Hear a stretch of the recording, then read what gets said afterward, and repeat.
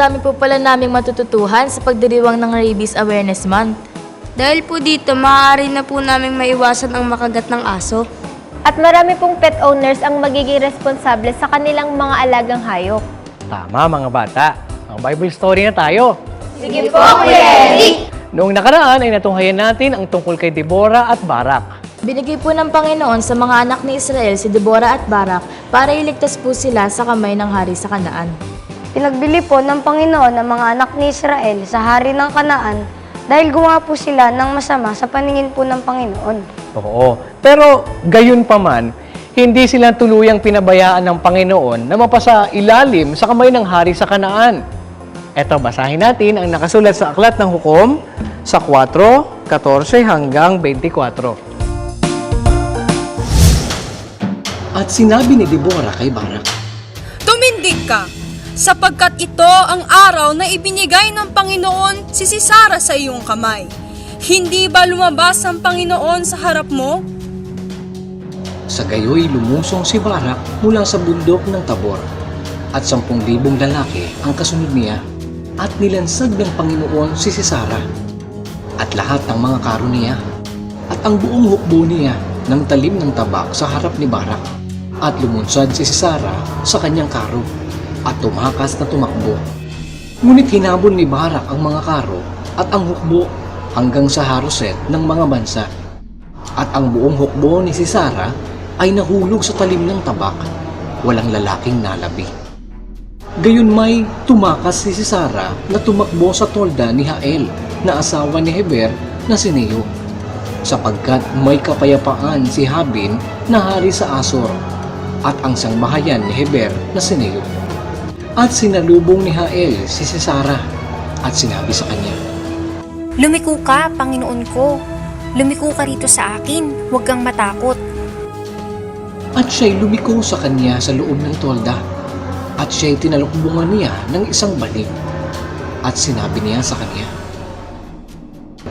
Isinasamo ko sa iyo, nabigyan mo ako ng kaunting tubig na mainom, sapagkat ako'y nauuhaw.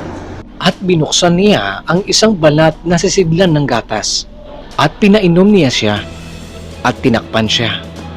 At sinabi ni Sisara sa kanya, Tumayo ka sa pintuan ng tolda, at mangyayari na pagka ang sino man ay darating at magtatanong sa iyo at magsasabi, May tao ba riyan? Na iyong sasabihin, Wala. Nang magkagayoy, kumuha si Jael na asawa ni Heber ng isang tulos ng tolda at kumuha ng isang pamukpok sa kanyang kamay at naparoong dahan-dahan sa kanya at itinusok ang tulos sa kanyang pilipisan at pinalagpasan siya hanggang sa lupa sapagkat siya'y nakatulog ng mahimbing. Sa gayoy, nang lupaypay siya at namatay. At narito, sa paraang hinabol ni Barak si Sisara, ay lumabas si Jael na sinalubong siya at sinabi sa kanya, Parito ka, at ituturo ko sa iyo ang lalaki na iyong hinahanap. At siya'y naparoon sa kanya, at narito, si Sisara ay nakabulagtang patay, at ang tulos ay nasa kanyang ulo. Gayon pinasuko ng Diyos ng araw na yaon si Habin na hari sa Kanaan sa harap ng mga anak ni Israel. At nanaig ang kamay ng mga anak ni Israel ng higit at higit laban kay Habin na hari sa Kanaan, hanggang sa nagiba nila si Habin na hari sa Kanaan. Nagtagumpay po pala ulit ang Israel sa kanilang pakikipaglaban. At kahit marami silang pagkukulang, ang Diyos ay nananatiling nasa kanila. Oo, ganun kasi kabuti ang Diyos na kinikilala at sinasamba natin. At malaki ang pag-ibig sa mga lingkod niya at mayaman siya sa awa. Ito, basahin natin ang nakasulat sa Aklat ng Efeso sa 2 at 4. Ngunit ang Diyos, palibhasa'y mayaman sa awa dahil sa kanyang malaking pag-ibig na kanyang iniibig sa atin. At bukas, God willing, alamin pa natin ang pagpapatuloy ng kwento sa kasaysayan ng Israel. Maraming paraan para tayo maingatan sa pagkakaroon ng rabies. Siguraduhin lang na gawin ang mga tamang paraan ng pag-iwas dito. Sumunod tayo sa mga natutuhan nating mga palatuntunan. Tama, dahil ang mga palatuntunang ito ay hindi naman natin ikapapahamak. Tulad ng pagsunod sa palatuntunan ng Diyos. Dahil ito ay para sa ating ikabubuti. Basahin natin ang nakasulat sa aklat ng 2 Timoteo sa 3:16 hanggang 17. Ang lahat ng mga kasulatan na kinasihan ng Diyos ay mapapakinabangan din naman sa pagtuturo, sa pagsansala, sa pagsaway, sa ikatututo na nasa katuwiran, upang ang tao ng Diyos ay maging sakdal, tinuro ang lubos sa lahat ng mga gawang mabuti. Alam niyo ba na may iba't ibang klase ng rabies? Yan ang aalamin natin bukas kung loloobin ng Diyos.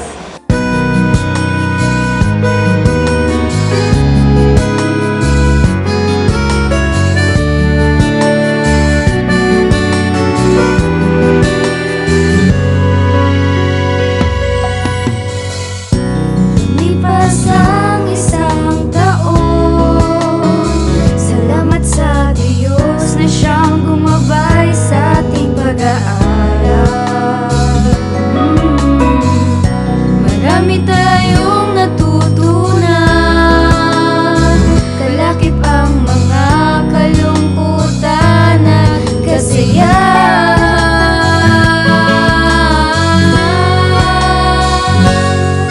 Kahit magpapaalam na muling magkikita,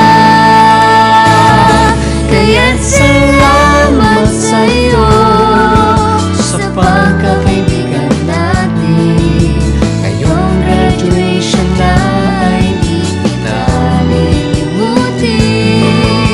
Salamat sa Diyos, tayo'y nakarating sa panibagong ito ng buhay,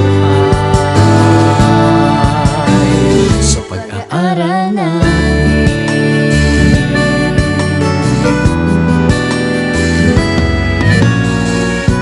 Manaming mga guro, salamat sa inyong pagtitiyagang kami maturuan.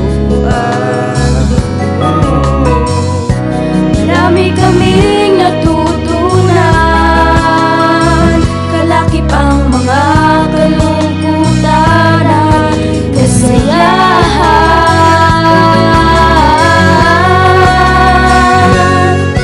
Kahit magpapaalam na muling magkikita, kaya salamat sa inyo sa pagtuturo sa amin. Ngayong graduation na ay di kayo lilimutin. Salamat sa Diyos, kami ay nakarating sa panibagong ito ng buhay, sa pag-aaral namin. Graduation na, graduation na, graduation na, graduation na,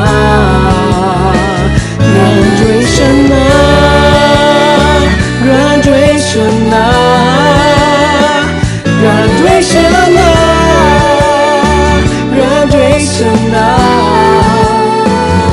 Kaya't salamat sa iyo sa pagkakaibigan namin. Ngayong graduation na ay di kita lilimutin. Salamat sa inyo sa pagtuturo sa amin. Ngayong graduation na ay di kayo lilimutin. Salamat sa Diyos, kami ay nakarating sa panibagong ito ng buhay, sa pag-aaral namin. Salamat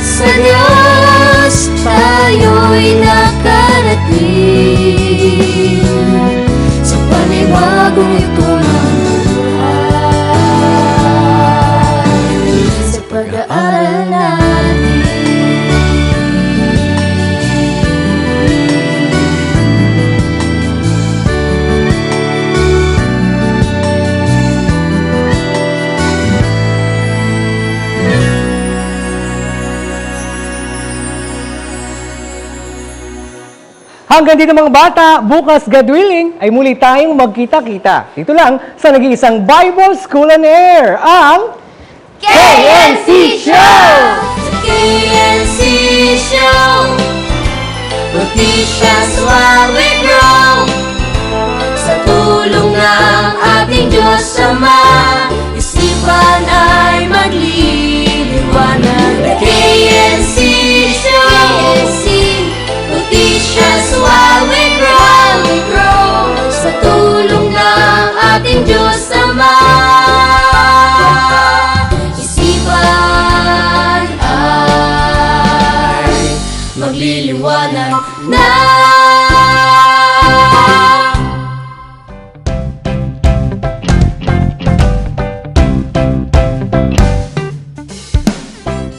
Para maiwasan po na makagat ng aso o nakalimutan ko. Alam niyo ba na sa buwang ito ay pinagdiriwang natin ang rabies? Kids, naalala niyo ba yung sa atin? At bukas, God willing, abangan niyo mong muli dahil alamin pa natin.